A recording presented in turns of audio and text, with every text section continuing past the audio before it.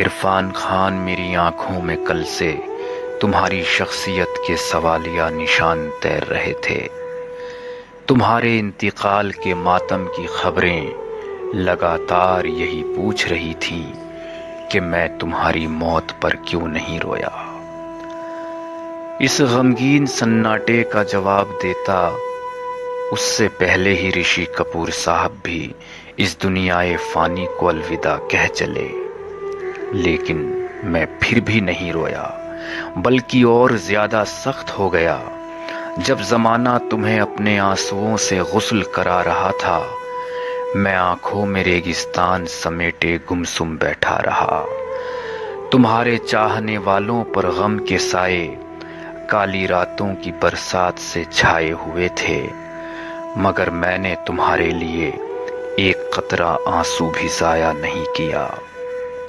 آندھیوں سے غم کی کپ کپاتا بھی نہیں ہوں، اتنا پتھر ہو گیا ہوں تھر تھراتا بھی نہیں ہوں، کیونکہ مجھے پتا ہے ہستیاں مر کر خاک میں نہیں ملتی، ستاروں کی طرح مقبول صورت ہو جاتی ہیں۔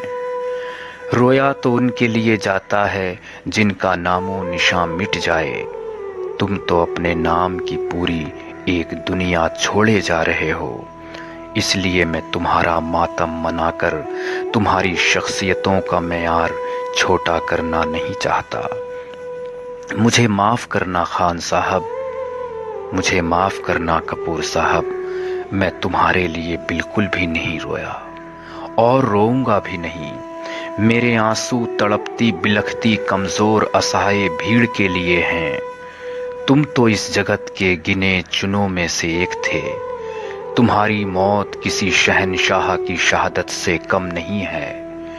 تم وقت کا وہ لمحہ ہو جو صدیوں پر راج کرے گا، اس لیے تمہاری میتوں پر مرثیہ خوانی کی جگہ میں ایک پیغام بشکل خوشخبری لایا ہوں کہ سیکولر ازم سے چڑھنے والے تمہارے لیے سب سے زیادہ رو رہے ہیں۔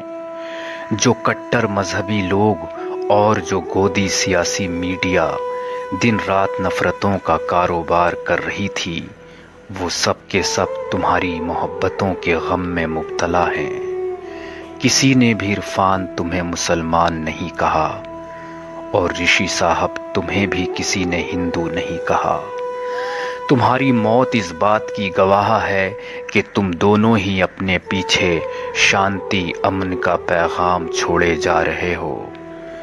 اس دیش کی ایکتا، اکھنڈتا اور بھائی چارے کی دیوار کوئی نہیں ہلا سکتا۔ یہ صرف چند دنوں کی سیاست ہے۔ تمہاری موت پر سب نے ایک ساتھ رو کر ثابت کر دیا کہ آج بھی پورا بھارت ایک ہی مٹھی میں ہے۔ اس لیے مجھے معاف کرنا محترم عرفان صاحب، آدرنی رشی کپور جی، بس میں ہی ایک شخص ہوں جو تم دونوں کی موت پر بالکل بھی نہیں رویا، اور نہ تمہارے بعد کسی بھی شخصیت پر روؤں گا۔ ہاں، جب گمنام بے سہارا بے بس لوگ مریں گے تو شاید میں خود کو سنبھال نہیں پاؤں گا۔ ہاں، شاید تب میں خود کو سنبھال نہیں پاؤں گا۔